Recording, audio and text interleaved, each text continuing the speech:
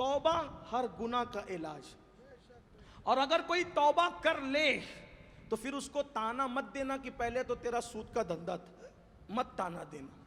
کیونکہ جب کوئی توبہ کر لیتا ہے اللہ اس کو معاف کر. اللہ معاف کر دے، آپ بیچ میں مت آیا کیجیے. اور اگر کوئی سچی توبہ کرے اور اس توبہ پر پھر اس کو اس گناہ پر کوئی آر دلائے، آر، اللہ کے رسول فرماتے ہیں توبہ کرنے والے کو گناہ پہ آر دلانے والا اس وقت تک مرے گا نہیں جب تک کہ اس گناہ میں مبتلا ہو کر وہ ذلیل نہ ہو جائے. اس لیے بہت سارے لوگ داڑیاں رکھ لیتے ہیں، شراب چھوڑ دیتے ہیں، سود چھوڑ دیتے ہیں، زنا چھوڑ دیتے ہیں، تب بھی دوستوں میں ڈسکس ہوتی پہلے تو ایسا تھا، عورتوں میں ڈسکس ہوتی پہلے تو ایسی تھی. یاد رکھنا پہلے جیسے بھی تھی، پہلے جیسا بھی تھا، توبہ نے سارے جرائم معاف کر دی. کیسے کیسے بندوں نے توبہ کی ہے، اللہ نے پھر ان کو کیسے مرتبے عطا کیے.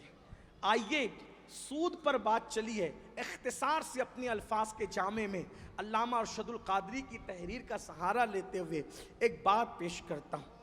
ایک جوان بصرہ کی زمین پہ رہتا ہے، بہت مالدار ہے، اس دور کا مالدار، اس دور کا دولت مند کروڑوں پتی آدمی اس دور کا. لیکن اس کی کمزوری یہ تھی کہ وہ سود کا دھندا کرتے، لوگوں کو سود پہ پیسے دیتے. آج کل بھی لوگ آرام سے بیٹھ کے کمانا چاہتے ہیں. یہ بات آپ یاد رکھیں، شاید میں نے پہلے کبھی یہاں کہا یا نہیں.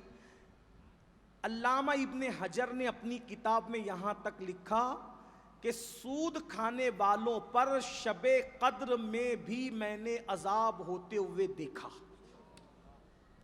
یعنی رمضان شریف کی سب سے مبارک رات شب قدر جو 1000 مہینوں سے افضل ہے، شب قدر میں بھی سودیوں کی قبر پہ عذاب ہوتا ہے. ابن حجر لکھ رہے ہیں ڈرو اللہ سے، دنیا سب کچھ نہیں ہے، توبہ کرو، پلٹو، اللہ کی طرف آ جاؤ، اللہ کے کرم کی طرف آ جاؤ. ارے جس نے ماں کے پیٹ میں ہمیں کھلایا وہ زمین پہ کیوں نہیں کھلائے گا؟ اپنے شوق کنٹرول کرو، اپنی خواہشات پہ کنٹرول کرو. بس اتنا ہی ہوگا نا. سود کا دھندا نہیں کریں گے تو روزانہ تندوری کھانے کی بجائے دال روٹی کھانی پڑے گی، یہی ہوگا نا. اور کیا ہوگا؟ ایک بات آپ کو عرض کروں، تندوری ہو، بریانی ہو، کتنا بھی قیمتی کھانا ہو، حلق کے نیچے جانے کے بعد لذت کیا ہے اس کی؟ جو دال کا انجام ہے حلق کے نیچے کے بعد، وہی بریانی کا انجام ہے. یہی تو ہے. کہاں تک ہے لذت؟ زبان کی نوک سے لے کے زبان کی جڑ تک ایک انگلی اتنے فاصلے کے لیے اللہ کا اتنا بڑا عذاب مول لے رہے ہو. کھانے کی لذت کیا ہے؟ زبان تک، زبان کے نیچے اترا کھانے کی لذت ختم ہے. سوائے بدبو کے اس کو بننا کیا ہے؟ اللہ کے بندو، اللہ پر بھروسہ کر کے توبہ کی طرف آؤ، اس پہ یقین کرو کیسے نوازتا ہے. بصرہ میں ایک زمین، بصرہ کی زمین پہ کروڑوں پتی آدمی دولت مند ہے، سود کا دھندا کرتے جیسے آج کل لوگ کرتے ہیں. 1 لاکھ دے دیا، 5 لاکھ دے دیا، اب ہر مہینے وصولی کر رہے ہیں، اور وہ 5 لاکھ بچے کے بچے. کچھ لوگ کہتے ہیں نہیں ہم پارٹنرشپ کر رہے ہیں. پارٹنرشپ کیا ہے بھائی؟ تو آپ نے 5 لاکھ دے دیا، 10,000 مہینہ وصول کر رہے ہیں. کون سا ایسا دھندا ہے جس میں 10,000 ہی منافع ہوگا؟ 11,000 بھی تو ہو سکتا ہے، 9,000 بھی تو ہو سکتا ہے، 9,999 بھی تو ہو سکتا ہے. یہ کون سا دھندا ایسا جس میں 10,000 ہی منافع ہوگا اور جس میں صرف نفع میں شرکت ہے، نقصان میں کوئی شرکت نہیں؟ علماء سے مشورہ کرو، جو صحیح مفتیان کرام جواب دینے والے، ان کے پاس بیٹھ کر کے پوچھو کہ کیا طریقہ ہے تجارت کا. فاروق اعظم تو کوڑا لے کر چلتے تھے بازار میں، فرماتے تھے جو خرید و فروخت کے مسائل سے واقف نہیں وہ باہر نکلے بازار سے. یہ آپ کا انداز. حلال کو لازم پکڑو، سارا مسئلہ ختم ہے. پیٹ میں جو جاتا ہے وہی اثر دکھاتا ہے. آج کل لوگ اصلاح معاشرہ کے جلسے کتنے کر رہے ہیں؟ آپ پوچھیے علماء سے، آج سے 50 سال پہلے اتنے جلسے نہیں ہوتے تھے اصلاح معاشرہ کے، لیکن لوگ سدھرے ہوئے تھے. آج تو روز جلسے ہو رہے ہیں، لوگ سدھرتے کیوں نہیں؟ بڑی معذرت کے ساتھ پیٹ کے اندر جو حرام چلا جا رہا ہے نا، پیٹ کے اندر، تو وہ حرام وہی اثر دکھا رہے ہیں. اور اس کے بعد ایک بات کہوں، برا لگے تو معاف کرنا، خاص طور پہ اہل ممبر معاف کرنا، اہل ممبر معاف. عوام تو حرام کھا ہی رہی ہے. جلسے میں مقرر کو بلاتے ہو، پیر صاحب کو بلاتے ہو، علماء کو بلاتے ہو، تو یہ نہیں دیکھتے کمیٹی کے لوگ کہ اسے محلے کا سیٹ حلال کماتا ہے کہ حرام کماتا ہے.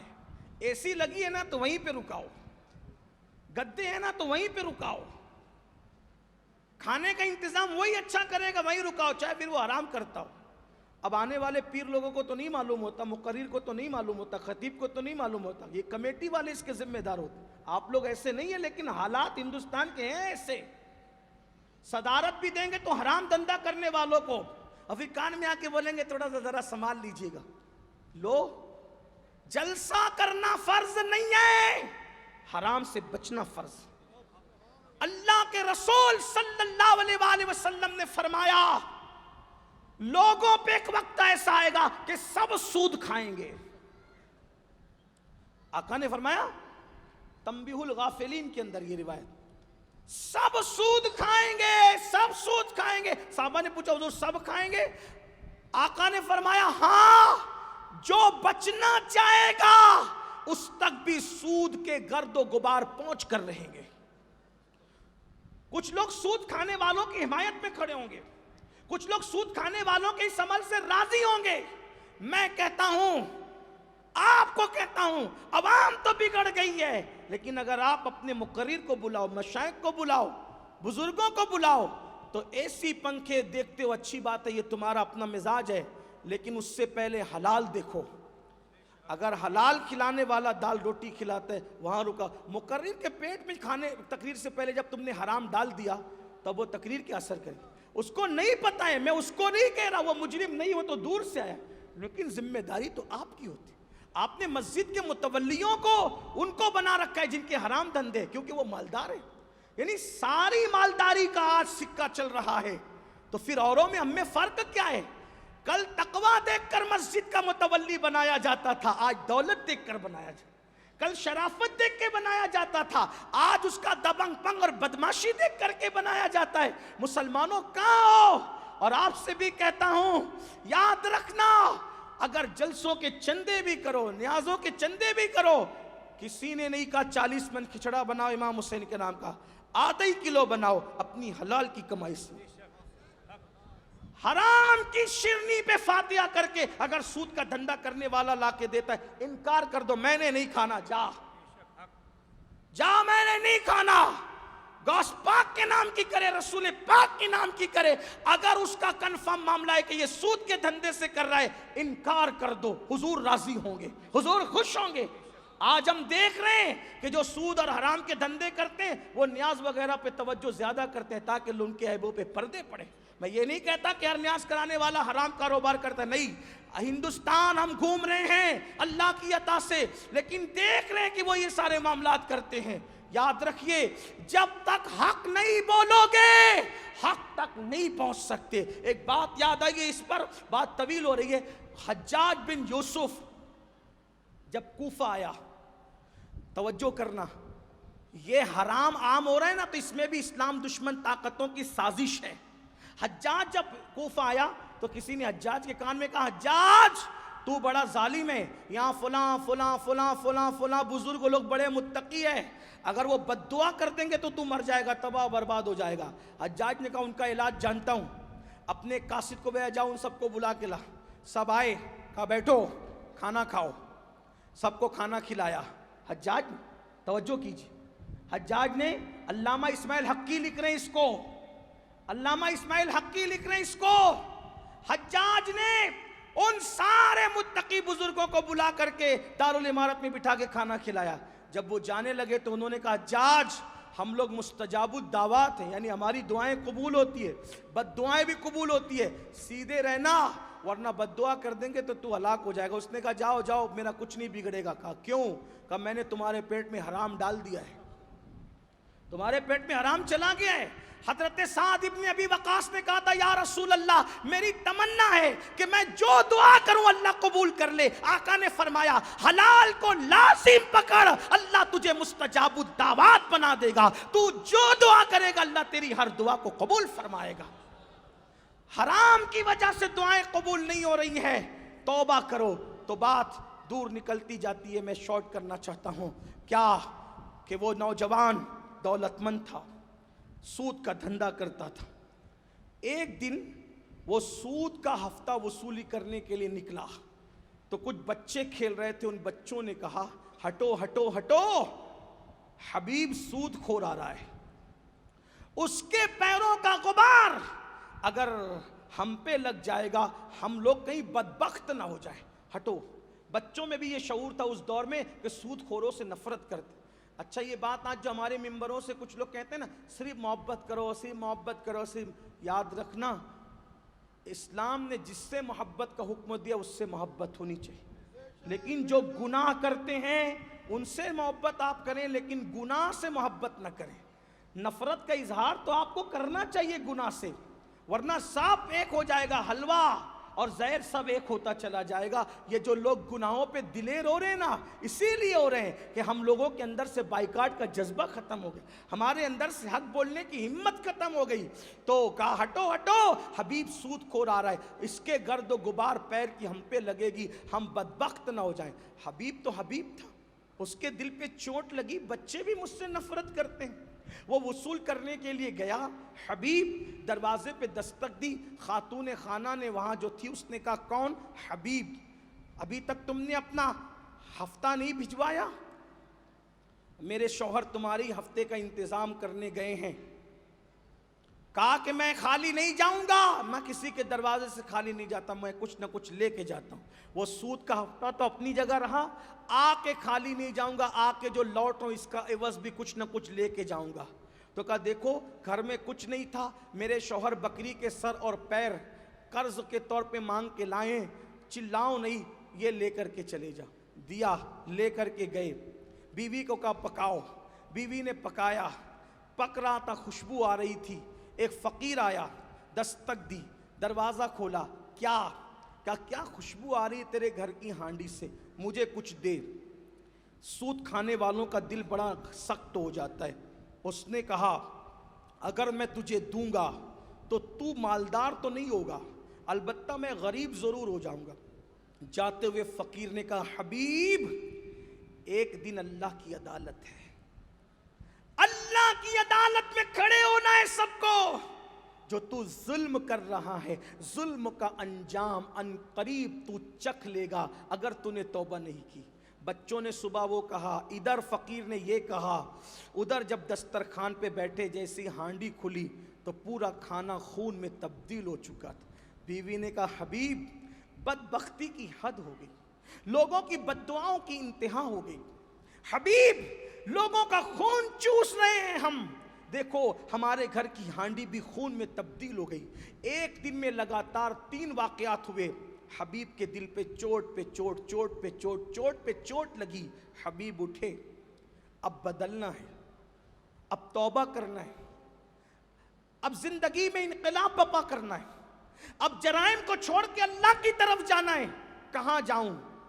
خیال آیا خوش نصیب ہوں, بصرہ میں رہتا ہوں, یہاں ایک اللہ کا عظیم بندہ رہتا ہے جس کو دنیا حسن بصری کے نام سے جانتی, حسن بصری کے نام سے جانتی. گئے, محفل سجی تھی. ہمارے بزرگوں نے لکھا کہ محفل میں امام حسن بصری اپنے مخصوص لب و لہجے میں, امام حسن بصری اتنے اچھے خطیب تھے کہ مولا علی فرمایا کرتے تھے بصرہ میں جب تک حسن بصری ہے کسی کو خطاب کرنے کی اجازت نہیں دوں گا. اتنے عظیم خطیب تھے, خطاب کرتے مخصوص لب و لہجے میں کہہ رہے تھے لوگو توبہ کر لو, لوگو توبہ کر لو, لوگو توبہ کر کے اللہ کی طرف پلٹ جاؤ. یہاں تک فرمانے لگے لوگو میرا اللہ کریم ہے, جو اس کی طرف ایک قدم بڑھتا ہے اللہ کی رحمت اس کی طرف ہاتھ بڑھتی ہے, اللہ کی طرف کوئی چل کے آتا ہے خدا کی رحمت دوڑ کے جاتی ہے. توبہ کر لو.